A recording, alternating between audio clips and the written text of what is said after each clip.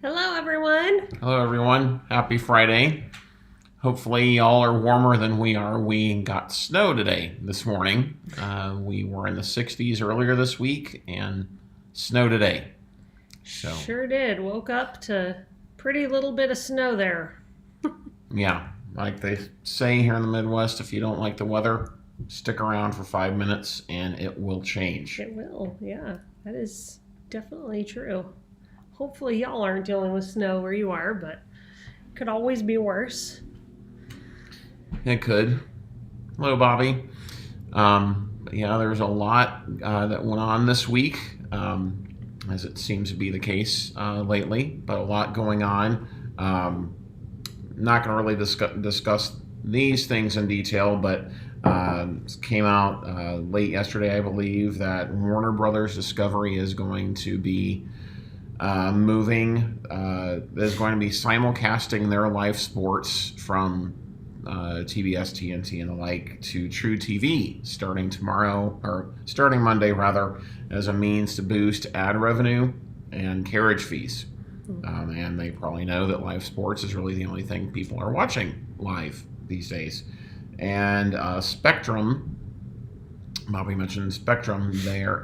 Spectrum customers are very shortly going to be getting ESPN Plus as a part of their subscription from the agreement that came out a few months ago. And Bobby, I'm sorry, you know that your internet and your TV were out, and it feels like there's been a lot of that this week. I know Facebook was down. I know that's not internet, but just thinking of other big things that have been Instagram out. was down, LinkedIn was down. So yeah. And we have had a few. So which cellular network was it that was out last week? Was it AT&T? AT&T? Yeah, AT&T. But anyway, we'll get into it. Hey, Aaron and Paul. Great to see y'all. And I bet it's nice in Tampa. That's what I'm hearing from my mom. I have to say real quick, Paul, will give people a chance to join. I flew in and out of Tampa twice last month, and I have to say I really like that airport. It's really it's designed pretty well. I like it. Better than Orlando, in my opinion. So anyway, yes, let's get into the news of the week. Why don't you start, John? Yeah. So so last week we discussed Paramount Plus.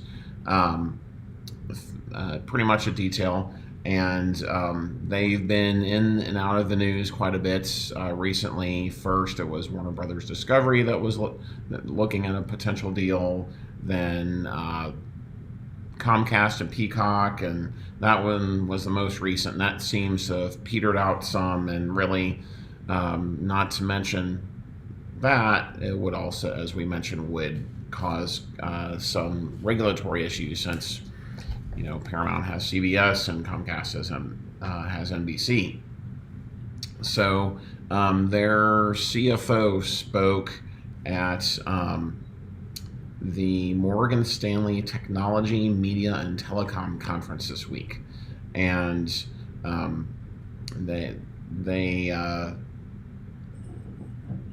he spoke pretty much at length about really like what this headline is saying, that they are really focused on getting everything out of, as much as they can out of everything they spend, and which is not surprising at all, given all the rumors that have been out there about potential mergers or buyouts, and not being profitable still. And so that's not surprising at all whatsoever. He did not really deny that the company was up for sale, but he was more interested in discussing their plans to achieve domestic streaming profitability for the platform by next year. He wouldn't comment in detail on talks that Paramount might be acquired, like I mentioned, and what this comment of wanting to squeeze as much as they can out of their expenses is leading many to believe that a price increase is likely to happen in the near future. In the streaming space, we're used to pricing increases. So really, we don't have any insight into it, but it would not be surprising to see a price increase take place later this year or early next year is what I have been reading. And he also said that viewers should expect more of their original programming from Paramount Plus to end up on Paramount-owned cable networks in the future. And, we're already seeing some of this. They have been putting Yellowstone on CBS. And what was the Sylvester Stallone show that was on Tulsa Paramount? King. Yeah, Tulsa King, which we watched and relatively enjoyed. I've read that is going to be going to CBS here in the near future as well. I think I read that it was early this summer is when it would be coming out, and the sense was that it's to sort of whet the appetites of people watching it, to get them to subscribe, because apparently the second season is going to be coming out later this fall. So it's just interesting to see, this dance around that they're doing, and it'll be interesting to see when a price increase comes through and what's going to happen with them, because they have just sort of been casting about with the different rumors, as I said. So that was interesting to see. Yep. And expanding it a little bit farther, our next topic is more about how this isn't just Paramount Plus that's struggling with their financials. It's also affecting a lot of the media companies. And so we just wanted to take a look at that and discuss how the broader streaming space is being impacted. So if you look at what's called legacy media, which would be cable and satellite TV, and broadcast TV. So those networks are in decline because of advertising revenue. It's going down. And at the same time, streaming still remains unprofitable for media companies. So they're kind of being squeezed from both sides. They're not getting the revenue they used to because I guess you could say they've done an effective job of convincing people to switch to streaming, but those streaming services are not profitable yet. Paramount, Warner Brothers Discovery, Disney, and Comcast, they all saw ad revenue in their traditional broadcast and cable businesses go down. And then, like we said, that was something they used to rely on, ad revenues from there. So, and then adding to all that is the thought that streaming, the boom may be over for streaming subscribers. So Antenna did some research. I'm going to see. I think there's a chart here. Maybe not. Okay, sorry. No chart. Let's just get you back to looking at us. Antenna did a report that revealed that subscribers to premium subscription services, so live YouTube TV, Hulu Live, stuff like that, they grew at their slowest pace since before the pandemic began. And they rose just 10% compared to almost 22% in 2022. And so then on top of slowing growth, churn, which we've talked about before, where someone signs up and cancels, that has nearly tripled since 2019, 140 million cancellations last year. So that was the largest drop in subscribers over the past 5 years. I think it's probably because streaming is getting more expensive and there's more ads in it. Those are some of the reasons it would increase churn, and then maybe not having the content that people are looking for. More recently, what's called skinny bundles have emerged as competitors team up to build more scale. I think we saw that with WBD and Max, suggesting there could be greater turmoil ahead for the streaming status quo. And so even given all that, the only media companies in this space that are profitable are Netflix and then Warner Brothers Discovery, and that's just recently and just barely. So just some bigger things at play that I think will be interesting to keep watching this year. Restaurants going. Question. John, great question. Is the bottom line that broadcasters are squeezing the streaming and cable companies to death? I don't think so. In part. It is part of it. right? It is part of it. I mean, we can't deny all these blackouts and the carriage disputes. That's definitely happening. And I suppose, John, you do raise a good point. Like, they are trying to hang on to what they have. They see that it's dwindling, and they're going to hang on like grim death. But I really think what's underlying all of it is that content is really expensive to create. These TV shows and movies and that's really. Well, you're a content creator and have been for.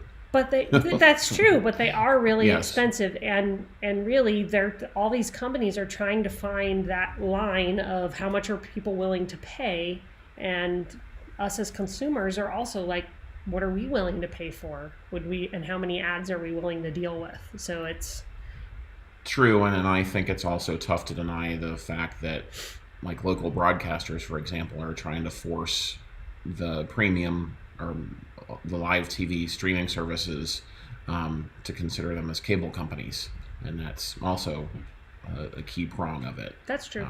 So our next thing is, speaking of costs, is the joint sports venture between WBD, Fox, and Disney. And speaking at a tech and media conference on Monday, Fox's CEO Lachlan Murdoch said the costs would be on the higher end of estimates. And that's not surprising given all of the sports that are going to be bundled together, which still reports are saying it's only going to be about 55% of the available live sports here in the U.S. So it's important to remember that's, as we discussed a few weeks ago when this came out, it's not going to get you everything. Various estimates have emerged on how high it would be priced, and Murdoch said that we can expect those reports to come out here in the very near future. Most experts, from Streamable to Yahoo Finance and others, are estimating that's going to be between $40 and $50 a month, and that would not surprise me at all whatsoever. And then especially when you look at the recent announcement that they're going to allow you to bundle in Max with it, it could even get closer to $60 a month. And Murdoch said that he believes, so he sort of walked back the ambitious estimates of subscriber numbers for this platform. And originally, the projections were 15 to 20 million subscribers, but he believes that within 5 years, it's going to attract 5 million paying subscribers. And, it'll be interesting to see how many people will truly sign up for this. For someone like us, Sling is going to get us pretty much everything we want, but it'll be interesting to see. And like I mentioned, we'll have only about half of the sports available in the U.S. And then the other thing to keep in mind is, how will the costs compare with services like DirecTV Stream or YouTube TV? I'm not going to include Fubo since they don't have the Turner networks. So that's sort of a moot point. And then also Sling, including Sling in there. The joint venture is going to have ABC and Fox, supposedly. And it's going to be cheaper if it's at the $50 line. It's going to be roughly $20 to $30 cheaper than what you're going to find at YouTube TV or DirecTV Stream. But the issue is that, for example, DirecTV Stream, to get some of the channels that are going to be offered in this new venture, you're going to have to bump up to the choice plan, which is $105, $110 a month. So it's going to be more. And Sling, which is cheaper, but to get some of the networks like the SEC network or ESPNU, you're going to have to upgrade and add on the sports add-on pack, which is $11. And then you're still, in a vast majority of the markets, Sling doesn't offer locals. So it'll be interesting to see how that plays out and what value proposition that they're going to try and pitch. And while it will have a wide range of sports. There's not going to be a ton of entertainment available. So it'll be interesting to see, how that plays out, and if someone that would get this and then use something like Philo or Frndly to get what they want from the entertainment aspects. Yep. So it will be interesting to see once we have those pricing numbers come out. Yep. And just want to say, happy Women's Day. I have my appropriately themed mug here, which I always have. You're such a nerd, sorry. There it is. Got my Star Wars women there. You're a nerd. That's okay. Just embrace your inner nerd. My fellow nerds are out there somewhere. Anyway, let's move on to our next item, which is about Max. It's going to start cracking down on password sharing. They're just going to become the next one to do this. Everybody's jumping on board after they saw how well it worked for Netflix. So JB Perrette, who is WBD's head of global streaming, said that they do plan to launch this crackdown sometime late 2024, and that Max will begin to implement that more widely next year, 2025. So they're starting this in Europe, and it's, again, just a reminder that this is coming right after Disney Plus and Hulu updated their terms of service to do the same thing, ban users from sharing login credentials with people who live outside of their home. And let's see, right now, Max's terms of use policy, which are available online, say subscribers have the, quote, option to create up to 5 profiles, authorized profiles on your Max account each. And authorized users are, quote, limited to members of your household. So, yeah, it's just very similar to what Netflix is doing, and it'll be interesting to see if everyone is doing. Yeah, everyone's doing it, so it'll be interesting to see, I think, if they also offer that, like Netflix did with the cheaper option to add someone on. Yeah. Or if they'll just cut it. Yeah. Make you go full price. Yeah. So. And Paul brings up a great question about which live TV service could be most affected with the sports venture. That's a great question. I think Fubo is the obvious one since they're suing. But again, they don't have the Turner networks, which this joint venture will. I think DirecTV Stream could definitely be impacted since you have to upgrade, and I'll give that with a caveat, assuming you don't want or need RSNs. Assuming that you don't want or need RSNs, I would say DirecTV Stream could stand to be negatively impacted by this because you're going to have to pay, if the estimates are correct, at least double to get most of those same channels through DirecTV Stream. Sling potentially could be, if the joint venture is able to include ABC and Fox, if that's enough local coverage for people. I think Sling could also have a negative impact from this experience that. And I also read this week that their parent company has a lot of convertible debt that's coming due this year, so that could pose another potential problem for Sling. Mm-hmm. So do you have anything to add to that, Nicole, in terms of who could be impacted? No, I think that makes sense, and you could see kind of Philo come out as the light, more friendly. Philo especially. and Frndly as the light streaming services that survive because they don't have sports already, and so they would be that. And I think compelling Frndly in particular, because they're such a so lower much price cheaper. point. Yeah. And that's right. Go Cats. Our next thing to touch is if you're a DirecTV Stream customer or thinking of becoming a customer, this week it came out that they removed 4 A&E networks from the lowest tier entertainment plan and moved it to their choice plan, which is $108.99 at standard price. So they removed the A&E, History Channel, Lifetime, and Vice. Moved it from entertainment to the choice plan. It's unclear why they made this change. I would say it likely came down to cost. and this was reported by Streaming Better. It also remains unclear what it means for current subscribers. So new subscribers, it's gone. It's all out of the entertainment channel lists. But for current customers, right now, it seems like it's still a part of the package, entertainment package, but there's no, guarantees that it's going to stay there, especially if it's a cost issue, and especially coming from DirecTV Stream.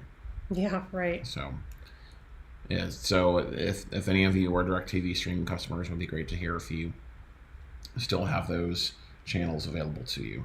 Yep. Oh, and sorry, and wanted to add on to that is that really, unfortunately, so the best options to get those are going to be either Sling, Philo, or Frndly. Hulu Live also carries it, carries those channels. So yeah. Great. Okay, well, we have another story for you guys. This is about Roku.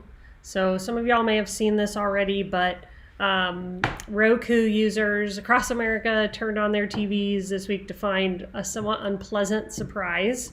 The company required them to consent to new dispute resolution terms in order to access their device.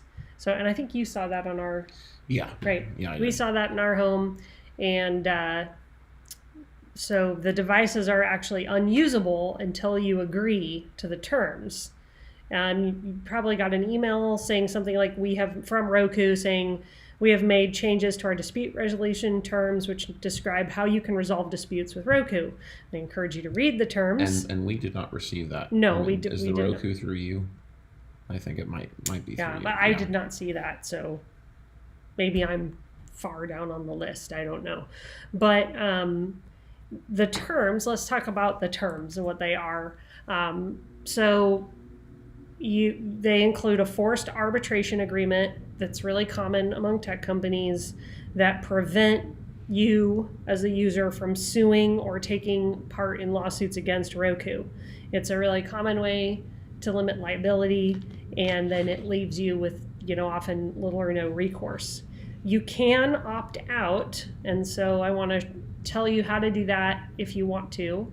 I'm just going to get up on screen here so you can see. This is from an article on TechCrunch. If you search for it, you can find this as well. But basically, you have to. You have 30 days. You only have 30 days of the new terms to notify them. So that would be March 20th. And you want to write down your name of whoever's opting out, contact information, email that you use to register your Roku account, product model, software, service at issue. For example, this would be a Roku TV or your streaming stick. If you have a receipt, you can include it. Don't have to. And then you send it to that person, Stephen K. Poor Stephen. Wonder how many. Well, poor Stephen's person who handles his mail, actually. So if that concerns you, please do take action. Because, you could be pessimistic and say they think they might be getting sued, so they're just going to roll this out to everyone. And then if there is some kind of lawsuit, you can't really do anything about it other than maybe get like 68 cents or something 5 years from now. Yeah. And good point, Paul, that the A&E networks are also not available on YouTube TV either. So it's not an unheard of thing. No. Okay, so I'm going to do the next one too, and it's really short. It's just because I like Disney still for some reason, so I feel the need to update you all about what's going on. The things we have to live with. In the Disney sphere of the world. Basically, they have quietly killed a bunch of projects. This is the same conference that Paramount Plus's CFO in the first story that we covered spoke at. Same conference, Disney CEO Bob Iger admitted to having quashed several movies, which actually may not be such a bad thing because, as we've said before, Disney's movies really are not performing well at the box office. So actually 2023, so last year was the first year since 2014, so almost a decade, that Disney did not see a movie gross $1 billion in theaters. And that's probably because of the string of Marvel movies that they had coming out that would consistently generate that kind of profit. They aren't getting that anymore, and so of course they're going to want to, shareholders are going to want to know, what are you doing to fix that problem? Iger wants to turn around the movies that are in the pipeline and TV shows and such. And so, they just killed things that they thought weren't strong enough. So, and they also, he denied this, but as someone who actually took the time to watch all the Marvel movies, I kind of agree that fatigue has set in around that brand and that viewers want good movies again, or something original.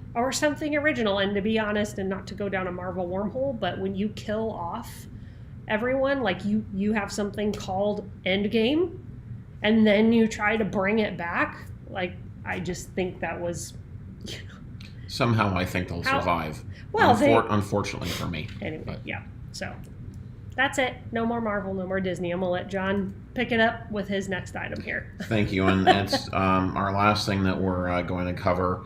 But it was a comment from last week's live stream that got me thinking, from Fighter 24. And I'm just going to read it here. He says, something else making its way around the news that will be a roadblock for streamers. The days of hassle-free cancel whenever, when we like to binge a show, then cancel mentality could soon be coming to an end, as streaming services are considering a resubscribing fee. Should you cancel, their example was Disney Plus, when you if you're a big Mandalorian fan, and you cancel it once the season is over, and then you pick it back up when the next season drops. And the argument was that would spread like wildfire across the streaming services as fast as the ad tiers did, and as fast as the password sharing did. And so that got me thinking, and it's something that I'm not sure if we've mentioned. I think we might have a couple of times, but I know something Nicole and I have discussed at length is the definite possibility in the not too distant future of some kind of contract or something like this resubscribing fee kind of thing, or offering a different tier that is going to provide perks to people that don't cancel their service. And this is, as Nicole discussed a bit earlier in the live stream, that the streaming boom, the bubble has sort of deflated, or is deflating, as live TV continues to get more expensive, and as services continue to raise prices, and the preponderance of free services, it's all sort of commingling to contribute to this. Mm-hmm. And another antenna survey shows that 30% of streaming subscriptions in 2023 were for a service a customer had subscribed to and canceled in the preceding 12 months. And in their survey, Apple TV had the highest resubscribe rate last year, and Netflix had the lowest, which isn't surprising to me because Netflix has a lot of reality TV.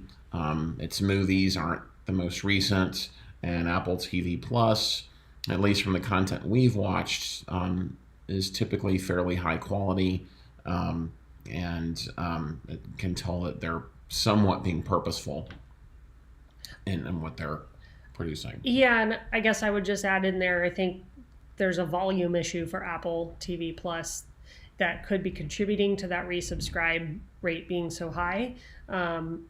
You can binge what you want over a month or two, cancel it, and wait until that new season comes out, and then resubscribe again.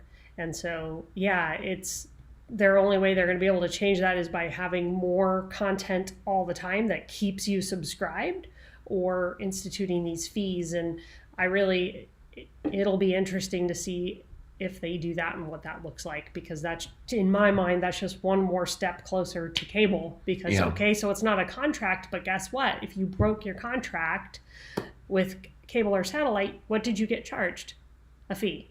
Yeah. And so I don't like it. I think they have to be careful with it because to your point, there are so many free services out there that they're playing a bit of a game. They have to really be calculating with it because people could just say, forget it and going for free. I'm not even going to ever resubscribe with you. So. Yeah, for sure. And Josh brings up, both Josh and Paul bring up great points.